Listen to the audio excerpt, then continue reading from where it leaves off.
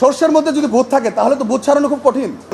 যদি বিদেশি কোম্পানিগুলোকে এই সকল লাইসেন্সিং সুবিধাগুলো দেওয়া হয় এই টেলিকমিউনিকেশন পলিসি অনুযায়ী, তাহলে কি হবে? অন্যান্য ডোমেস্টিক প্রায় 2900 কোম্পানি মারা যাবে। ডক্টর ইউনূসের আসলে এখানে কোনো ব্যর্থতা না, এখানে ডক্টর ইউনূসের চালাকি।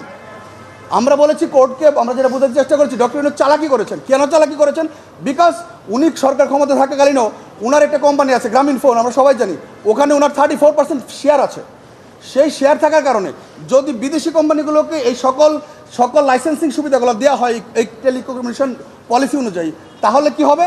অন্যান্য ডোমেস্টিক প্রায় 2900 কোম্পানি মারা যাবে, এরা মাঠ থেকে সরে যাবে। অলরেডি আমরা নিউজ পত্রিকায় দেখেছি যে অসংখ্য কোম্পানি আর টেলিকমিউনিকেশন খাতে ইনভেস্ট করতে আগ্রহী নয়। তো মার্কেট মনোপলি করে উনি ব্যবসাটাকে একচেটিয়া করে ফেলতে চাচ্ছেন, সেটাকে আমরা চ্যালেঞ্জ করেছি। যদি করে আমরা ক্ষতিগ্রস্ত হবো, রাষ্ট্রের জনগণ ক্ষতিগ্রস্ত হবে, আমি ক্ষতিগ্রস্ত হবো, আপনিও ক্ষতিগ্রস্ত হবেন। আমরা এখানে সবাই আছি ইন্টারনেট মোবাইলের যুগে। ভারতেও এই ধরনের ঘটনা ঘটেছিল 2016 সালের দিকে। রিলায়েন্স, জিও, এরাও ঠিক একই সিস্টেমে মার্কেট মনোপলি করে ফেলেছিল, কম্পিটিশন পলিসি নষ্ট করে ফেলেছিল। এবং ভারত এবং আমেরিকাতেও AT&T একটা কোম্পানি ছিল, তারাও একই কাজ করছিল। পরবর্তীতে টেলিকমিউনিকেশন আইনটাকে চেঞ্জ করতে হয়েছে, পলিসিটাকে পরিবর্তন করতে হয়েছে। এখন কথা হচ্ছে, সর্ষের মধ্যে যদি ভূত থাকে তাহলে তো ভূত ছাড়ানো খুব কঠিন।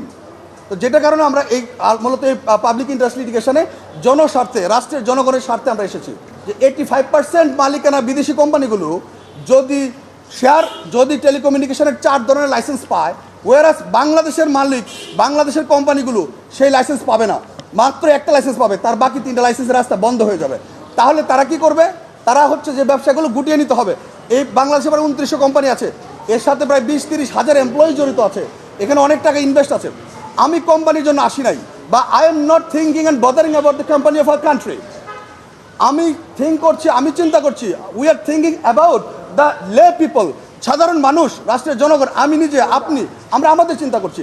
কারণ যদি মার্কেট কম্পিটিশন নষ্ট হয়, এই আইনের দ্বারা যদি মূলত 2900 কোম্পানি মার্কেট আউট হয়, আপনি দেখবেন যে আমাদের তখন মার্কেট মনোপলি করার কারণে আমাদেরকে প্রত্যেককেই কী করা হবে? সাপ্রেস করা হবে, আমাদের উপর অপারেশন হবে। তখন বেশি টাকা দিয়ে আমরা কিনতে বাধ্য হব, বেশি টাকা দিয়ে আমরা ইন্টারনেট চালাতে বাধ্য হব, বেশি টাকা দিয়ে আমাদেরকে মোবাইল চালাতে বাধ্য হবো, because there is no competition in the market. So there is already a tension in the market. এই ম্যাটারটা নিয়ে আমরা মহামান্য হাইকোর্ট থেকে এই পলিসিটাকে চ্যালেঞ্জ করে আজকে আদেশ পেয়েছি। কেন পলিসিটা অবৈধ ঘোষণা করা হবে এই মনে